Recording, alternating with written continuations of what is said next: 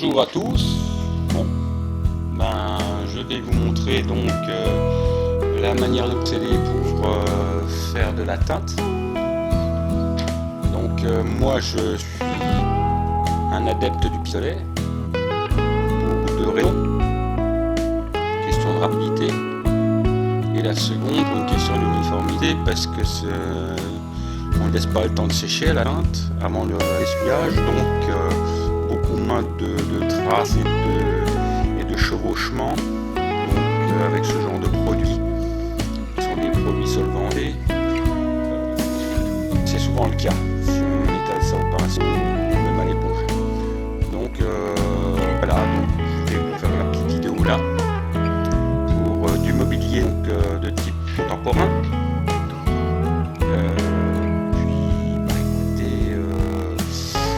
Ça sera bien compliqué à faire. Donc je vais essayer de concentrer un peu le truc. Je vais passer certaines étapes. Puisque le but de la manœuvre c'est tout de comprendre pourquoi j'utilise le pistolet et non les façons traditionnelles qui sont le pinceau ou l'éponge. Voilà.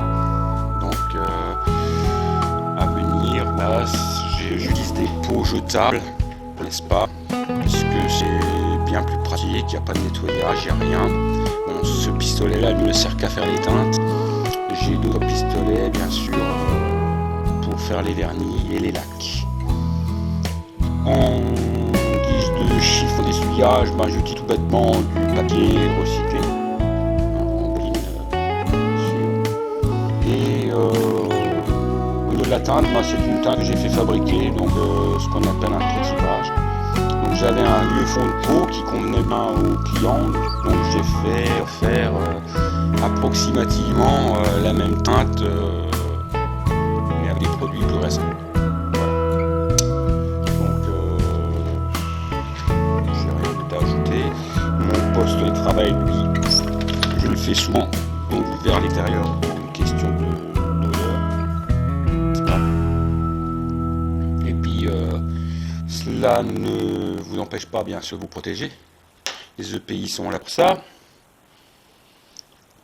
Et puis les meubles en question, je vais vous faire quand même une petite vidéo jusqu'au meuble en question.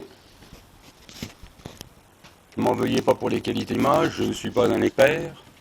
Le but étant de vous montrer comment je vais réaliser des fameuses teintes. Donc là vous avez déjà des pièces teintées, vous avez une table basse de salon qui est teintée.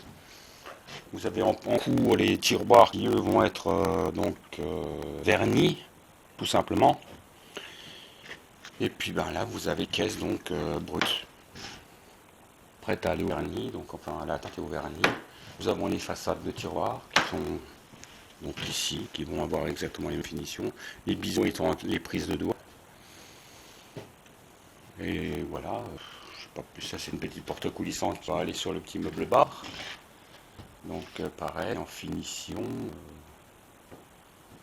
Et viendra sur les cadres bleus, sur les cadres gris bleus, viendra donc un médium qui lui sera replaqué avec un stratifié un petit peu de couleur roche.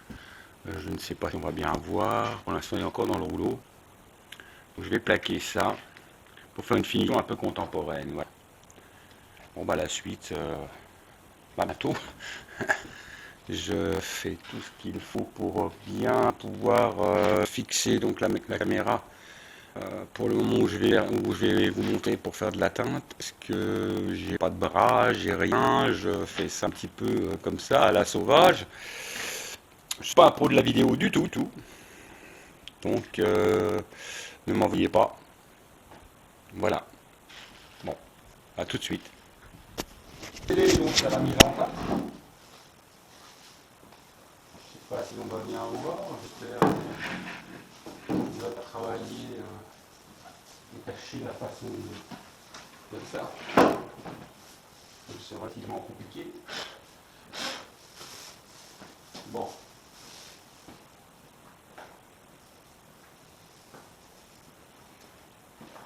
Je récupère le pistolet.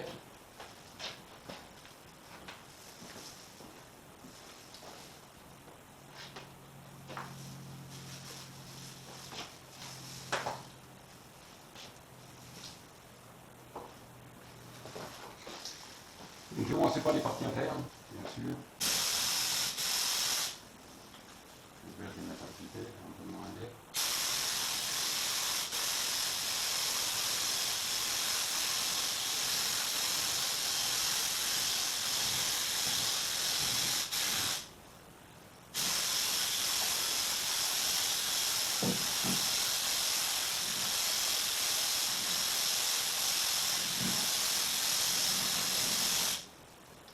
Rien à compliquer.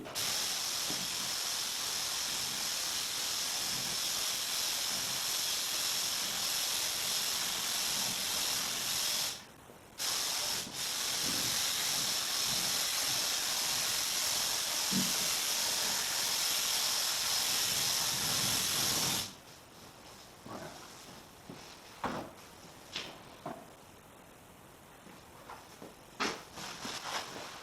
On sait installer celui-là.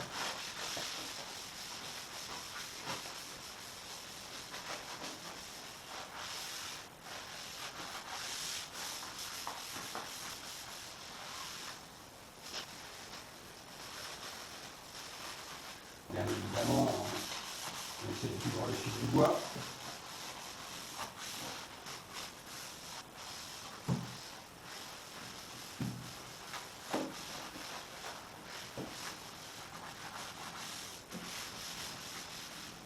Et c'est déjà plus bon. Pour que ça étale en même temps, ça étale un petit peu partout. Ça, on a une bonne qualité.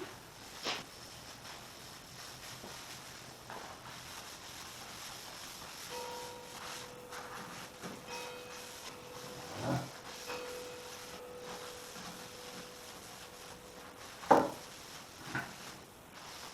Bon, rien de bien compliqué, n'est-ce pas? Et voilà, pour faire toutes les parties internes. Je reprends un peu de papier. Ouais. Voilà. Je nettoie bien.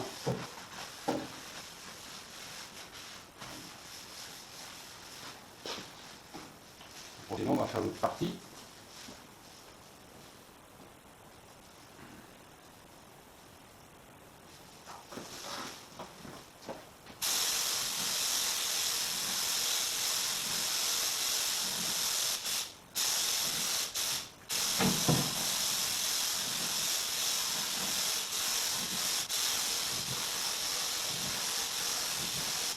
Je vais mettre une belle, je vais le mettre un peu en vertical.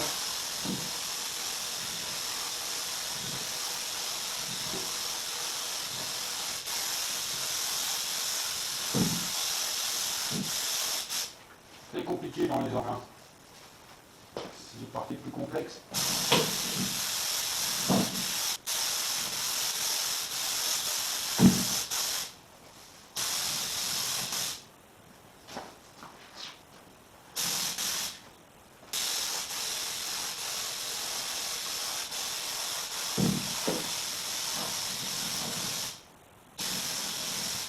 Voilà.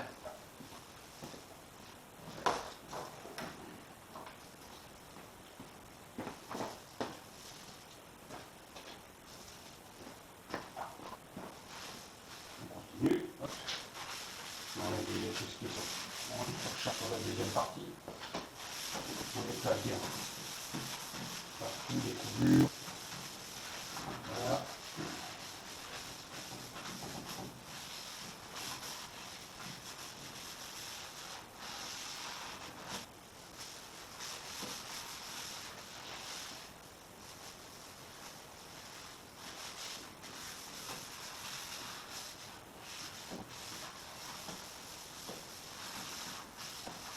Le but de manœuvre étant justement de ne pas laisser sécher le produit trop vite,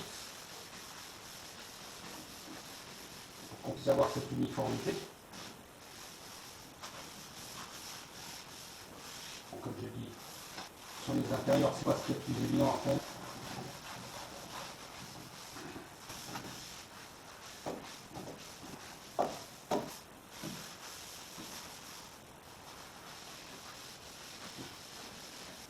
Certaines fois, je suis obligé de recharger.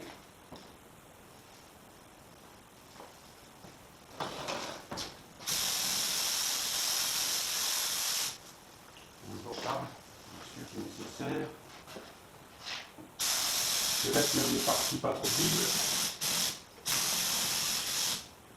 Je vais mettre assez propre.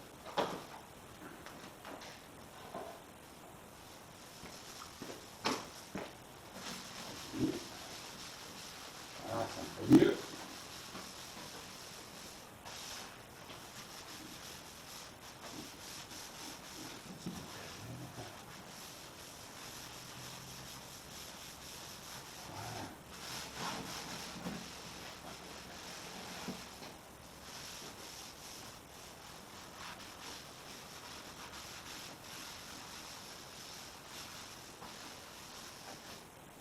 Donc je suis comme le contournement.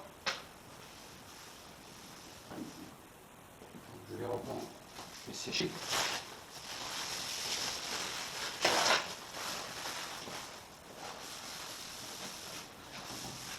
Voilà.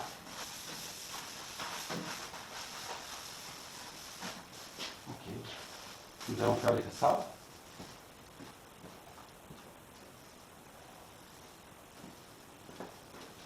Donc j'ai mis la buse dans ce sens-là. Mais quand on fait des pieds, on peut très bien l'orienter dans l'autre sens, donc ce qui va faire un jet plat mais vertical. Voilà, donc vous avez plus de facilité. On va un petit peu montrer court parce que le jet.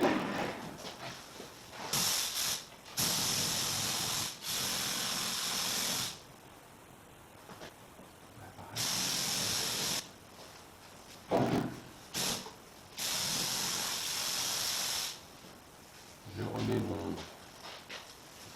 plan.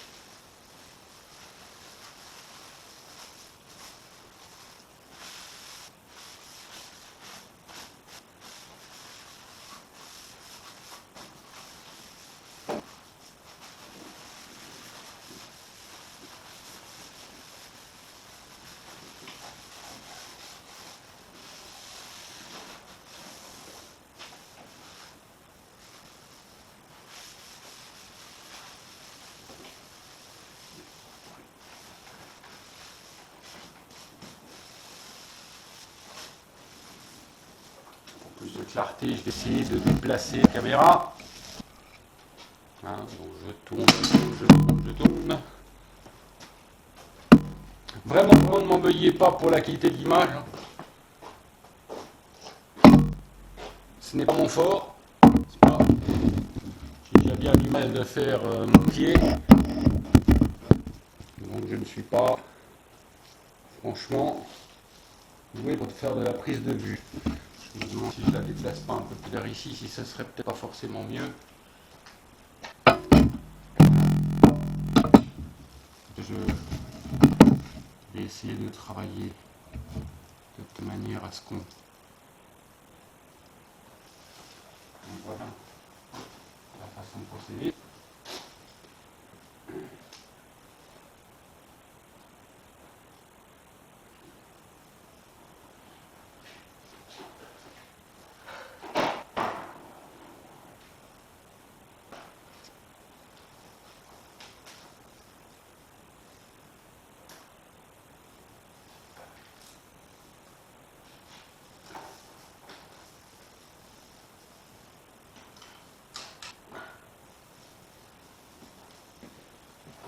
Il reste comme évidemment encore le montage à faire.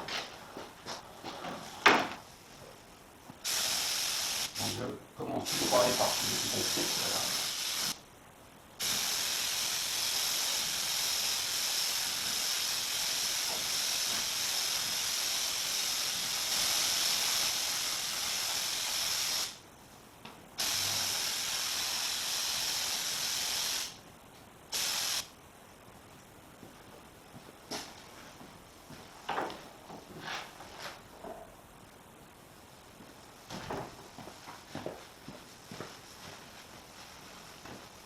Bien évidemment, toutes ces coulures-là n'ont absolument aucune importance, puisque à partir du moment où on éclate,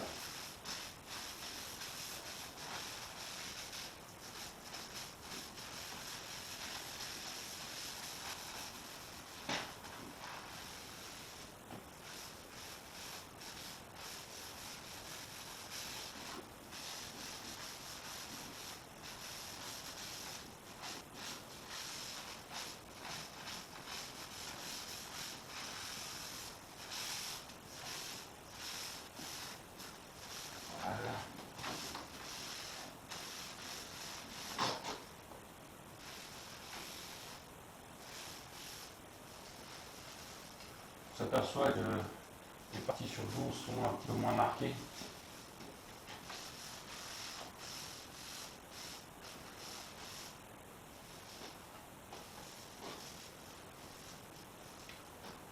Ça, c'est un peu dommage.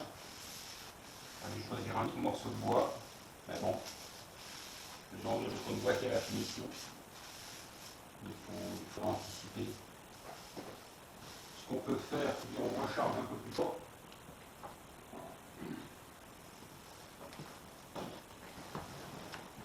Donc là, voilà, ça va être de recharger un peu plus fort. Voilà. Prendre un peu de fort, voilà. Et le laisser un peu imprégner.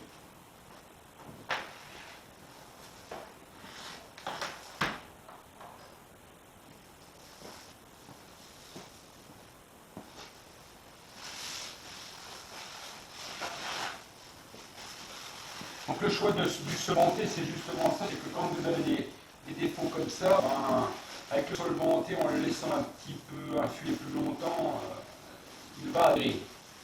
Avec les phases aqueuses, c'est bien plus compliqué quand même. Donc là, je le laisse. Vous voyez, la veine est plus jolie, l'uniformité est mieux. Je joue beaucoup comme ça. Si je joue sur l'essuyage, bien évidemment. Éviter de trop essuyer. Voilà. Je ne sais pas si on s'en bien compte. La différence. Voilà, c'est un peu plus soumis quand même.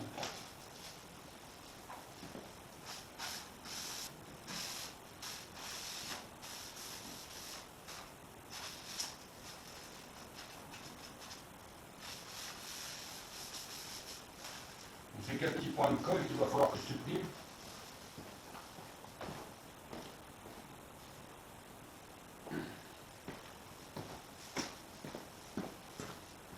Petites erreurs de jeunesse, n'est-ce pas?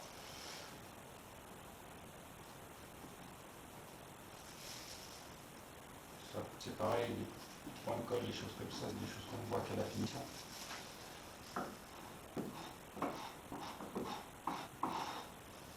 Certains vous diront, ah, ça lui arrive de m'habiller. Eh oui. Je peux marquer un autre. Ça. Donc je vais être obligé de recharger pour enlever ce défaut.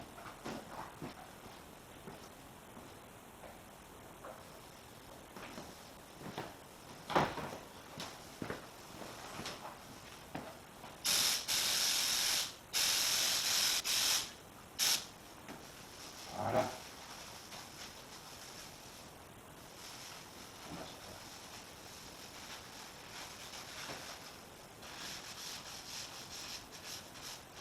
Voilà. Beaucoup mieux.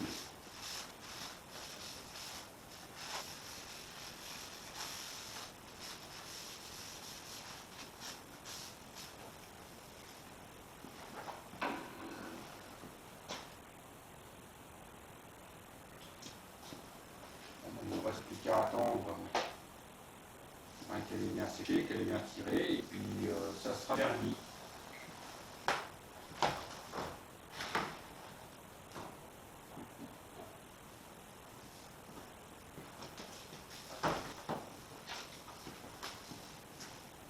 Donc pensez tout de même à bien, je vais me mettre en face tout de même, pensez tout de même à bien vous protéger donc au niveau des EPI, n'est-ce pas? sachant que nous travaillons avec des produits solventés, que ça reste quand même, c'est beaucoup mieux. Donc voilà, qu'est-ce qu'il y a de plus à dire? Rien, maintenant, ce que moi je fais fréquemment entre cette couche de teinte et la couche de finition, qui sont deux couches de vernis pour la teinte, je mets souvent un petit coup de papier de verre, surtout du papier lané, hein, je passe au ça, au 320, 400. Ça sert à rien de poncer trop fin. Plus vous allez poncer les fins, justement, plus vous allez essayer d'écraser les pores, et plus vous écrasez les pores, moins vous aurez d'adhérence aux différents produits que vous allez donc remettre dessus. Hein, c'est un leurre que de dire je vais essayer de poncer le plus fin possible. C'est pas. Personnellement, je monte au maximum à 220. Et encore, c'est très rare. Les finitions se font tous sur une base de 120, 150. C'est déjà bien. C'est déjà très bien. Et ça vous permet justement de conserver un coup de grip pour l'adhérence des différents produits.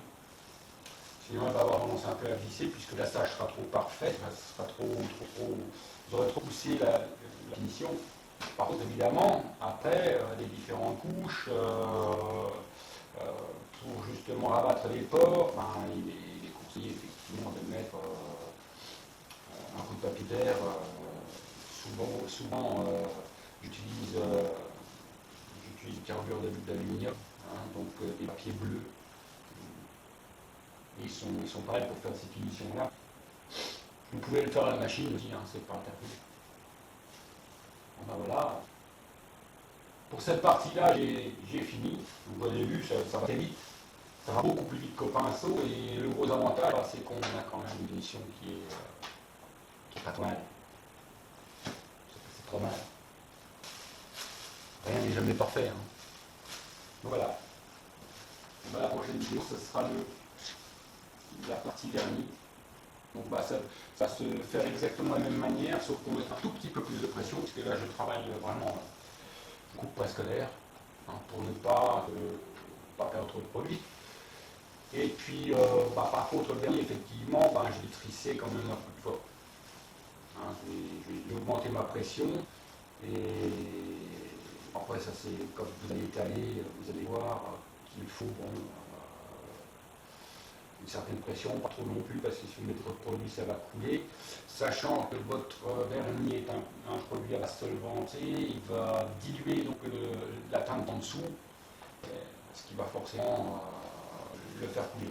Donc il est conseillé, sur la première couche de vernis que vous mettez, de vraiment la faire en voile. Il faut que ce soit un voile.